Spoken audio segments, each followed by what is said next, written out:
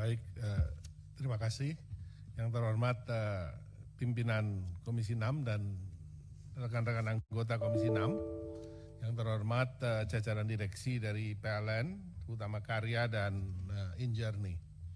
Saya akan mulai dengan PLN dulu, Pak Darmo.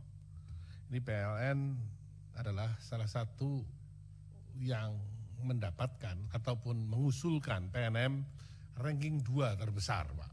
Ya, setelah nanti Hutama Karya. Saya coba bolak-balik, Pak, presentasi Bapak. Sama sekali saya tidak mendapatkan laporan keuangannya sama sekali. What's wrong, Pak? Apa yang salah? Apakah laporan keuangan tidak layak disajikan kepada kami di Komisi 6? Ya. Padahal kan untuk usulan PMN ini nantinya salah satu pertimbangannya adalah ketika kami memperjuangkan nantinya masuk ke keputusan nanti setelah pagu definitif ya, setelah 18 Agustus, paling tidak dengan data yang lebih lengkap kan angkanya akan lebih bagus, Pak. Ya, ini yang pertama. Yang kedua adalah mengenai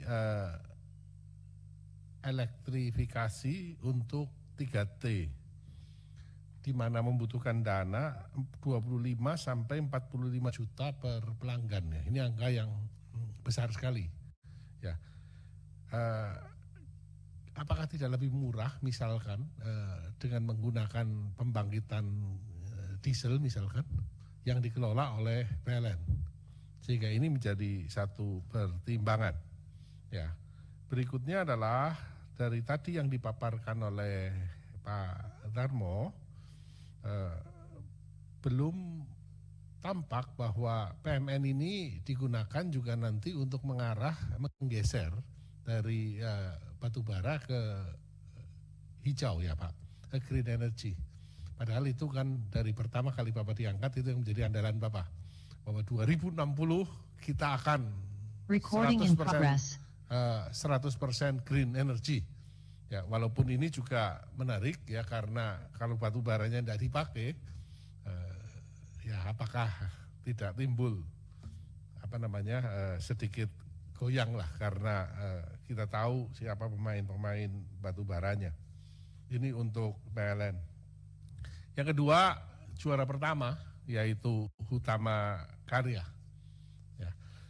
Ini 30 triliun, Pak. Ya. Tadi Bapak menyampaikan bahwa sudah dilakukan satu studi bahwa financial interest rate of return-nya sangat kecil di bawah WACC. Bahkan beberapa diantaranya adalah negatif. Yang menjadi pertanyaan adalah apakah ini untuk keseluruhan ruas, Pak?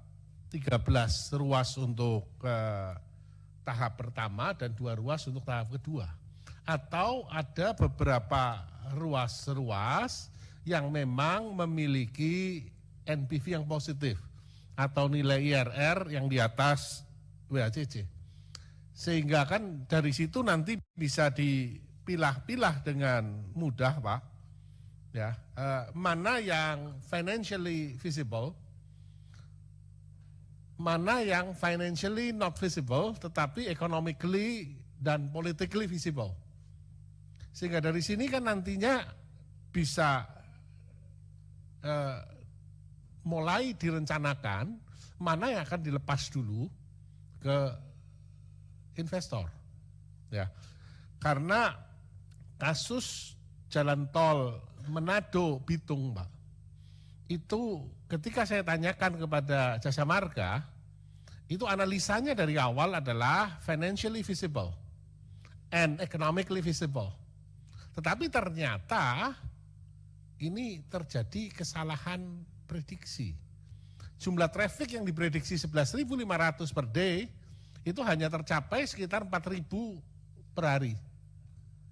Jadi akibatnya tentu proyeknya mundur, biayanya tambah gede, dan akibatnya tentu akan membebani perusahaan, menambah utang perusahaan yang cukup besar. Berikutnya mengenai Indonesian Investment Authority. Sejauh mana INA ini dilibatkan untuk pendanaan di proyek 2.700 ini, Pak? Apakah ada ruas-ruas tertentu yang bisa ditawarkan kepada mereka, sehingga tentu akan lebih cepat bagi Bapak untuk bisa menyelesaikan 2.700 kilo ini. Dari laporan keuangan Hutama Karya, kita lihat pendapatannya 26,2 dengan beban utang 4 triliun. Akibatnya adalah laba bersih negatif di 2,3 triliun.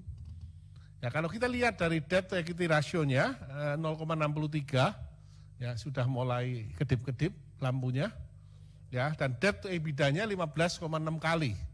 Ini sudah lampu kedipnya tambah kenceng, Pak. Ya. Nah,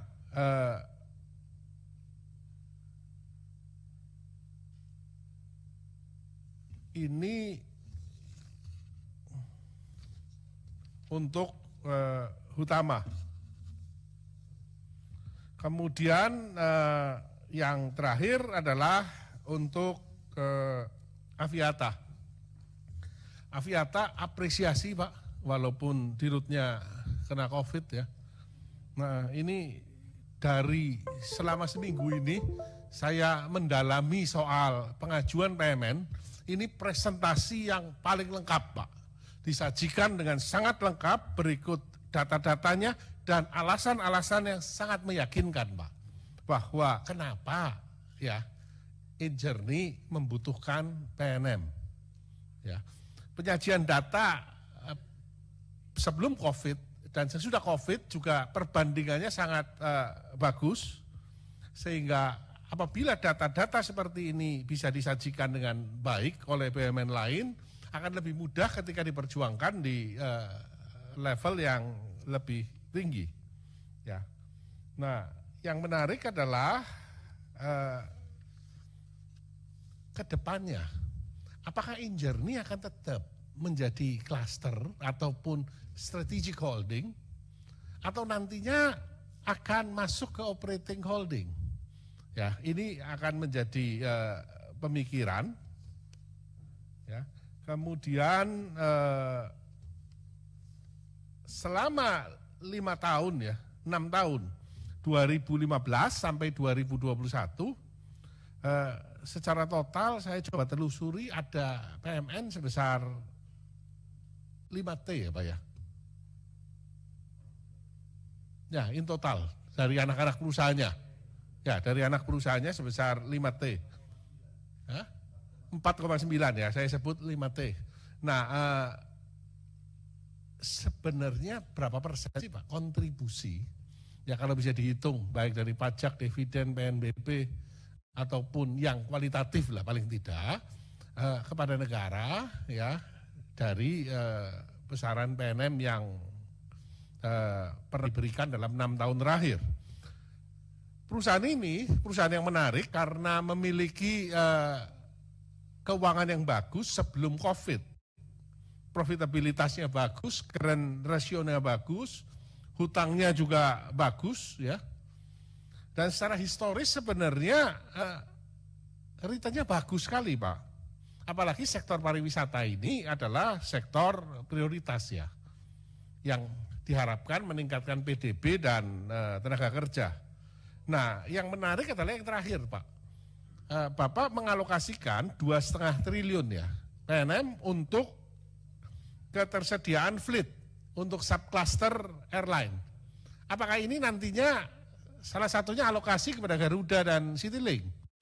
Karena Garuda kalau misalkan dalam 2 hari ini homologasi tercapai, sehingga Garuda bisa bangkit dari kubur lah katakan, ya itu sudah ada komitmen sebesar 7,5 T ya untuk restru utang-utang Garuda. Apakah ini sengaja dipisah, 2,5 T ada di sini, ya sehingga totalnya sebenarnya yang dibutuhkan adalah 10 triliun. Mohon konfirmasinya. Terima kasih. Assalamualaikum warahmatullahi wabarakatuh.